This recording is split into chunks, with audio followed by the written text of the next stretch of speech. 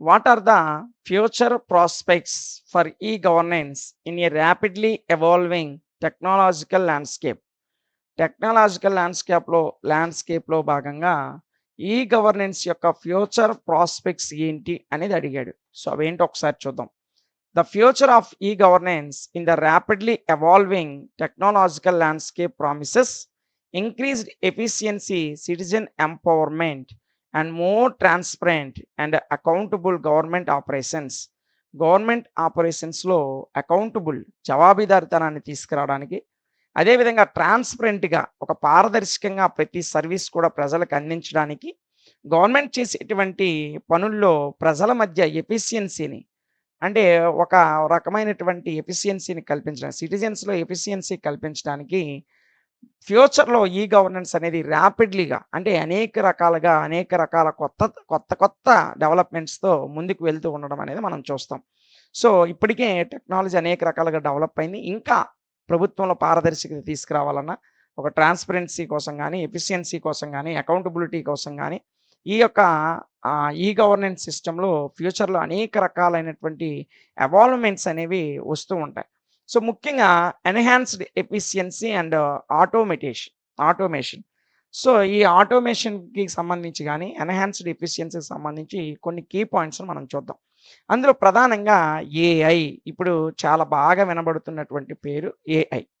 అదేవిధంగా machine learning, AI గురించి, machine learning గురించి ఒక 2 మాటలు మాట్లాడదాం. These technologies can automate tasks, analyse large data స్కేల్కి సంబంధించిన అనేక అంశాలని అనలైజ్ చేయడంలో ఈ రకాలైనటువంటి ఏఐ కానీ, లేదంటే మెషిన్ లెర్నింగ్ కానీ, ఇలాంటి టెక్నాలజీస్ అనేవి ఉపయోగపడుతున్నాయి. అండ్ ప్రిడిక్ట్ ట్రెండ్స్ని ప్రిడిక్ట్ చేయడానికి, leading to more efficient resource allocation, వివిధ రకాలైనటువంటి మోర్ ఎఫిషియంట్ రిసోర్స్ని ఎలోకేట్ చేయడంలో కూడా ఈ ఏఐ ఉపయోగపడుతుంది బాగా. ఓకేనా? అదేవిధంగా అండ్ ఫాస్టర్ డిసిషన్ మేకింగ్, నిర్ణయాలు చాలా త్వరగా తీసుకోవడంలో కూడా ఈ టెక్నాలజీస్ అనేవి ఉపయోగపడుతున్నాయి. సెకండ్ వన్ వచ్చేసి బ్లాక్ చైన్ నాన్న. So blockchain can ensure the secure and transparent recording of ట్రాన్సాక్షన్స్కి సంబంధించి ఒక ట్రాన్స్పరెంట్ రికార్డింగ్ కానీ, సెక్యూర్ ఫెసిలిటీస్. బ్లాక్ చైన్ అనేది దేన్ని ఇంజ్యూర్ చేస్తుందంటే సెక్యూర్ని ఇంజ్యూర్ చేస్తుంది. ట్రాన్సాక్షన్స్కి సంబంధించి ట్రాన్స్పరెంట్ రికార్డింగ్ జరిగేటట్లు చూస్తుంది. And reducing fraud and improving accountability, ఫ్రాడ్ని తగ్గించడం, అకౌంటబిలిటీని పెంచడంలో కూడా బ్లాక్ చైన్ ఉపయోగపడుతుంది. As seen in the context of e governance, ఇవన్నీ కూడా ఈ గవర్నెన్స్లో భాగంగా ప్రజలలో ఫ్రాడ్ జరగకుండా, ఇన్ఫర్మేషన్లో ఫ్రాడ్ జరగకుండా, అంటే మనం పర్సనల్ డేటా ఇస్తాం, ఆ పర్సనల్ డేటా ఫ్రాడ్ అవ్వకుండా అకౌంటబిలిటీని ఇంప్రూవ్ చేయడంలో భాగంగా బ్లాక్ చైన్ అనేటువంటి టెక్నాలజీ ఉపయోగపడుతుంది.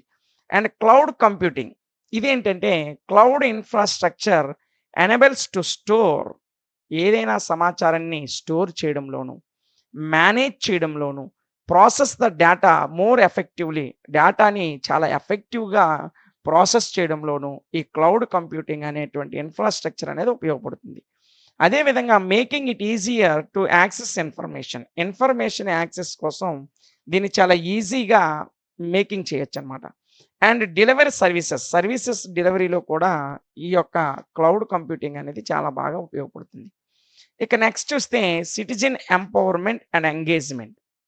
నెక్స్ట్ ఏంటన్నా, సిటిజన్స్ యొక్క, పౌరుల యొక్క ఎంపవర్మెంట్ కానీ, ఎంగేజ్మెంట్ కానీ ఇందులో ప్రధాన అంశంగా మనం చెప్తాం. సో అదేంటో ఒకసారి చూద్దాం నాన్న. సో డిజిటల్ సిటిజన్ ఐడెంటిటీ, ముఖ్యంగా డిజిటల్ సిటిజన్ ఐడెంటిటీ అనేది ఇందులో ప్రధానంగా ఉపయోగపడే service. Secure and verifiable digital will enable citizen to access services online.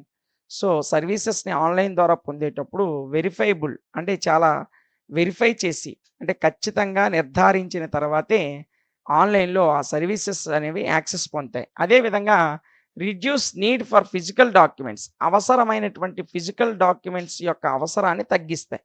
అంటే ఎక్కువ ఫిజికల్ డాక్యుమెంట్స్ అవసరం లేకుండానే ఆన్లైన్లో పని అనేది చాలా సులభంగా అవడానికి ఈ డిజిటల్ సిటిజన్ ఐడెంటిటీ ఉపయోగపడుతుంది. అదేవిధంగా ఎన్హాన్స్ ఓవరాల్గా యూజర్ ఎక్స్పీరియన్స్ని పెంచడంలో కూడా ఇది ఉపయోగపడుతుంది.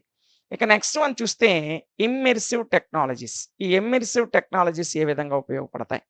Virtual and augmented reality can created engaging and interactive experiences for citizens. సిటిజన్స్‌కి సంబంధించి ఎంగేజింగ్ గాని, ఇంటరాక్టివ్ ఎక్స్‌పీరియన్సెస్ కల్పించడంలో ఈ ఇమ్మర్సివ్ టెక్నాలజీ అనేది చాలా ప్రధానంగా ఉపయోగపడుతుందన్న. సో, హెల్పింగ్ దెమ్ ఇది ప్రజలకు ఏ విధంగా ఉపయోగపడుతుందంటే, అండర్‌స్టాండింగ్ కాంప్లెక్స్ ఇన్ఫర్మేషన్ చాలా కాంప్లెక్స్ ఇన్ఫర్మేషన్‌ని అర్థం చేసుకోవడంలోను, and participate in decision making process నిర్ణయాలు తీసుకునేటువంటి ఆ డిసిషన్ ప్రాసెస్ మేకింగ్ ఏదైతే ఉందో, అందులో పార్టిసిపేట్ చేయడంలో కూడా ఈ టెక్నాలజీస్ అనేవి మనకు ఉపయోగపడతాయి. ఓకేనా? ఇక థర్డ్ వన్ చూసుకున్నట్లయితే పర్సనలైజ్డ్ సర్వీసెస్. ఏంటి పర్సనలైజ్డ్ సర్వీసెస్ అంటే, data analytics can use it to tailor government services to individual citizen needs. వ్యక్తిగతంగా ప్రతి వ్యక్తికి అవసరమైనటువంటి అవసరాలు, నీడ్స్ ఏవైతే ఉన్నాయో వాటిని పొందుకోవడంలో గవర్నమెంట్ సర్వీసెస్ అంటే ప్రభుత్వం అందించేటువంటి సర్వీసెస్‌ని వ్యక్తిగతంగా ప్రతి వ్యక్తి పొందుకోవడానికి అవసరమైనటువంటి నీడ్స్ అన్నిటిని కూడా ఇది కల్పిస్తుంది. And leading to more responsive and effective governance. So, ప్రభుత్వం అనేది చాలా రెస్పాన్సివ్‌గా పరిపాలన చేయడానికి, చాలా ఎఫెక్టివ్‌గా పరిపాలన చేయడంలో ఈ టూల్స్ అనేవి మనకు ఉపయోగపడతాయి. ఇక థర్డ్ వన్ అంటే ఇంప్రూవ్డ్ ట్రాన్స్‌పరెన్సీ పారదర్శకతను పెంచడం. అదే విధంగా అకౌంటబిలిటీ జవాబీదారీతనాన్ని పెంచడంలో కూడా ఈ గవర్నెన్స్‌కి సంబంధించిన డిఫరెంట్ టూల్స్ అనేవి మనకు ఉపయోగపడతాయి.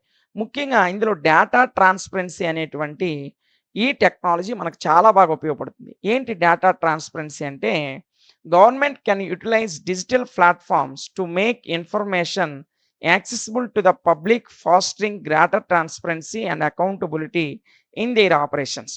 ప్రభుత్వం యొక్క గవర్నమెంట్ ఆపరేషన్స్‌లో ట్రాన్స్‌పరెన్సీ పారదర్శకతను మరియు అకౌంటబిలిటీ అంటే జవాబుదారీతనాన్ని పెంచడం కొరకు ప్రజలకు అవసరమైనటువంటి డిజిటల్ ప్లాట్‌ఫార్మ్స్ యొక్క ఇన్ఫర్మేషన్‌ని యాక్సెసిబుల్‌గా అందించడానికి ఈ డేటా ట్రాన్స్‌పరెన్సీ అనేది ఉపయోగపడుతుంది. ఇక సెకండ్ వన్ ఏంటంటే real time monitoring. Second one ఏంటన్నా real time monitoring. So, ICT ఇది ఐఓటీ అని పడింది నాన్న ICT. ICT devices and sensor networks can provide real time data on government.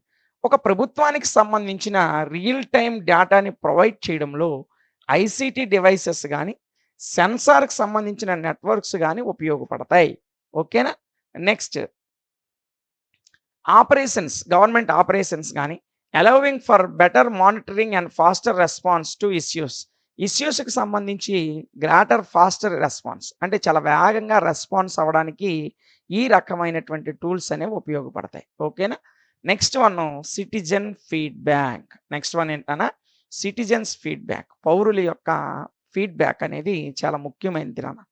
So, online platforms and social media can facilitate direct communication between citizens and government. ప్రభుత్వానికి, గవర్నమెంట్‌కి మధ్య direct కమ్యూనికేషన్‌ని ఏర్పాటు చేయడంలో online platforms మరియు social media అనేది చాలా రకాల ఫెసిలిటీస్‌ని కల్పిస్తున్నాయి. ఇప్పుడు ఉదాహరణకు గవర్నమెంట్ ఏదైనా ఒక నిర్ణయం తీసుకుంటే ఆన్‌లైన్ ప్లాట్‌ఫార్మ్స్ ద్వారా, సోషల్ మీడియాస్ ద్వారా ప్రజలకు తెలుస్తున్నాయి. సో, ప్రజలు తమ అభిప్రాయాన్ని సోషల్ మీడియాలో కామెంట్ రూపంలో గానీ, లేదంటే వివిధ రకాలైనటువంటి పోలింగ్ రూపంలో గానీ, వివిధ రకాల పోల్స్‌ని కండక్ట్ చేయడంలో గానీ, వాళ్ళ యొక్క ఒపీనియన్‌ని డైరెక్ట్‌గా తెలియజేయడంలో ఈ సోషల్ మీడియా గానీ, ఆన్‌లైన్ ప్లాట్‌ఫార్మ్స్ గానీ ఉపయోగపడుతున్నాయి. కాబట్టి ఈ 2 కూడా డైరెక్ట్ కమ్యూనికేషన్ ప్రభుత్వానికి మరియు ప్రజలకు మధ్య డైరెక్ట్ కమ్యూనికేషన్ ఏర్పాటు చేయడంలో సోషల్ మీడియా మరియు ఆన్‌లైన్ ప్లాట్‌ఫార్మ్స్ అనేవి ఉపయోగపడుతున్నాయి. Allowing for feedback on policies and services. ప్రభుత్వం ఇచ్చేటువంటి సర్వీసెస్ గానీ, ప్రభుత్వము తీసుకున్నటువంటి పాలిసీస్ ఏవైతే ఉన్నాయో వాటి మీద ఫీడ్‌బ్యాక్‌ని అందించడానికి సోషల్ మీడియా మరియు ఆన్‌లైన్ ప్లాట్‌ఫార్మ్స్ అనేవి ఉపయోగపడుతున్నాయి. ఇక ఫోర్త్ వన్ చూస్తే focus on accessibility and ఇన్క్లూజివిటీ. Accessibility మరియు ఇన్క్లూజివిటీ మీద ఫోకస్ అనేది ఈ యొక్క ఐసీటీ ప్రధాన ఉద్దేశ్యం. ఇందులో ఏ టూల్స్ ఉపయోగపడతాయంటే universal access.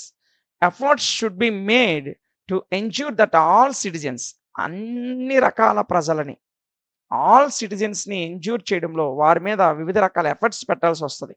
So, regardless of location or socio economic status have access to online services. ప్రజల యొక్క సాంఘిక, ఆర్థిక పరిస్థితులకు అనుగుణంగా ఆన్‌లైన్ ద్వారా వారికి సంబంధించినటువంటి సర్వీసెస్‌ని కల్పించడంలో ఐసీటీ అనేది ఎంతగానో ఉపయోగపడుతుంది. And information, ICT and information అంటే ఇన్ఫర్మేషన్ అండ్ కమ్యూనికేషన్ టెక్నాలజీలో సర్వీసెస్ గాని, సమాచారాన్ని గాని అందించడంలో ఐసీటీ ఉపయోగపడుతుంది. నెక్స్ట్ వన్ డిజిటల్ లిటరసీ అంటే అక్షరాస్యత. అంటే మామూలు లిటరసీ కాదమ్మా. ఇది డిజిటల్ లిటరసీ. అంటే టెక్నాలజీకి సంబంధించినటువంటి అక్షరాస్యత. So governments needs to invest in digital governance services. ప్రభుత్వం అనేది పరిపాలనలో పారదర్శకత కోసం గవర్నెన్స్ సర్వీసెస్‌ని ఇన్వెస్ట్ చేయాలి. అంటే ఇంట్రొడ్యూస్ చేయాలి అనేటువంటి ఉద్దేశ్యంలో ఉండి గవర్నెన్స్ సిస్టమ్ తీసుకొచ్చింది. And programs to empower citizens to effectively utilize. ఎందుకు తీసుకొచ్చిందంటే ప్రభుత్వం కండక్ట్ చేసేటువంటి ప్రోగ్రామ్స్‌ని ప్రజలు ఎఫెక్టివ్‌గా యుటిలైజ్ చేసుకోవాలి అనేటువంటి ఉద్దేశ్యంతో ఈ యొక్క గవర్నెన్స్ సర్వీసెస్‌ని తీసుకొచ్చింది. అందుకోసం ప్రజలకి ఏం కావాలంటే డిజిటల్ లిటరసీ కావాలి. అంటే పరిజ్ఞానం, టెక్నాలజీ పరిజ్ఞానం అనేది ఉండాలి. ఓకేనా? నెక్స్ట్ యాక్సెసిబిలిటీ ఫీచర్స్ నాన్న. నెక్స్ట్ వన్ ఏంటి? Accessibility features. So government websites and applications should be designed or to be accessible to users with disabilities ensuring inclusivity. So ఇక్కడ ప్రజలకు అవసరమైనటువంటి సర్వీసెస్‌ను పొందుకోవడంలో గవర్నమెంట్ వెబ్‌సైట్స్ గాని, లేదంటే అప్లికేషన్స్ గాని, గవర్నమెంట్ వెబ్‌సైట్స్ అవ్వచ్చు, government applications అవ్వచ్చు. ఇవి ఏ రకంగా డిజైన్ చేయబడతాయంటే to be accessible to users. Users యొక్క యాక్సెసిబుల్‌కి అనుగుణంగా విత్ డిజబిలిటీస్, వారి యొక్క డిజబిలిటీస్‌కి, వారి యొక్క ఇంక్లూజివిటీకి అనుగుణంగా అప్లికేషన్స్ గాని, వెబ్‌సైట్స్ గాని డిజైన్ చేయబడి ఉంటాయి. ఇక ఫిఫ్త్ వన్ వచ్చేసి ఎమర్జింగ్ ట్రెండ్స్. ఫిఫ్త్ వన్ ఏంటన్నా? Emerging trends. ఇందులో ఉన్నటువంటి కీ పాయింట్స్ చూసినట్లయితే ముందుగా స్మార్ట్ సిటీస్ ఏర్పాటు చేశారు నాన్న. So the integration of the technology into urban planning and management can create more efficient, sustainable and liveable cities. So ఖచ్చితంగా మనం చెప్పాలంటే ఇంటిగ్రేషన్ ఆఫ్ టెక్నాలజీ, ఐటీని బాగా డెవలప్ చేయాలి అంటే అర్బన్ ప్లానింగ్‌కి సంబంధించి అంటే పట్టణాలలో ఐటీ డెవలప్‌మెంట్ కొరకు ఆ మేనేజ్మెంట్ అనేది ఏం చేసిందంటే క్రియేట్ మోర్ ఎఫిషియంట్, చాలా ఎక్కువ ఎఫిషియంట్‌గా, చాలా సస్టైనబుల్‌గా అంటే సుస్థిర అభివృద్ధిని కలిగించే విధంగా, అదే విధంగా లివబుల్ సిటీస్ అంటే జీవన విధానాలకు అనుగుణంగా నగరాలను తయారు చేసే విధంగా టెక్నాలజీ అనేది చాలా ఎక్కువగా ఉపయోగపడింది. సో నగరాలలోనే టెక్నాలజీ ముందు డెవలప్ అయింది. సిటీస్‌లోనే టెక్నాలజీ అనేది డెవలప్ అయింది. కాబట్టి ఎక్కడ చూసినా స్మార్ట్ సిటీస్ అనేవి బాగా డెవలప్‌మెంట్ అవుతూ వచ్చేసాయి. ఓకేనా? ఇక చివరగా డీసెంట్రలైజ్డ్ గవర్నెన్స్ నాన్న. Blockchain and other technologies can enable more decentralised governance structures. So decentralised governance స్ట్రక్చర్స్‌ని ఎక్కువగా ఎనబుల్ చేసినటువంటి ఈ యొక్క టెక్నాలజీస్ ఏంటంటే ముఖ్యంగా బ్లాక్ చైన్. దీంతో పాటు ఇతర టెక్నాలజీస్ అన్నీ కూడా డీసెంట్రలైజ్డ్ గవర్నెన్స్ స్ట్రక్చర్స్‌ని ఎక్కువగా ఎనబుల్ చేస్తున్నాయి. మరియు giving citizens A greater voice in decision making. ఈ డీసెంట్రలైజేషన్‌లో భాగంగా ప్రజలు వాళ్ళ యొక్క వాయిస్‌ని డిసిషన్ మేకింగ్‌లో, నిర్ణయాలు తీసుకోవడం, ప్రభుత్వం నిర్ణయాలు తీసుకోవడంలో ప్రజలు తమ యొక్క గొంతుని వినిపించడానికి ఈ బ్లాక్ చైన్ లాంటి ఇతర టెక్నాలజీస్ అన్నీ కూడా ఉపయోగపడుతున్నాయి. ఓకేనా? సో ఇది దీనికి సంబంధించినటువంటి పూర్తి వివరణ.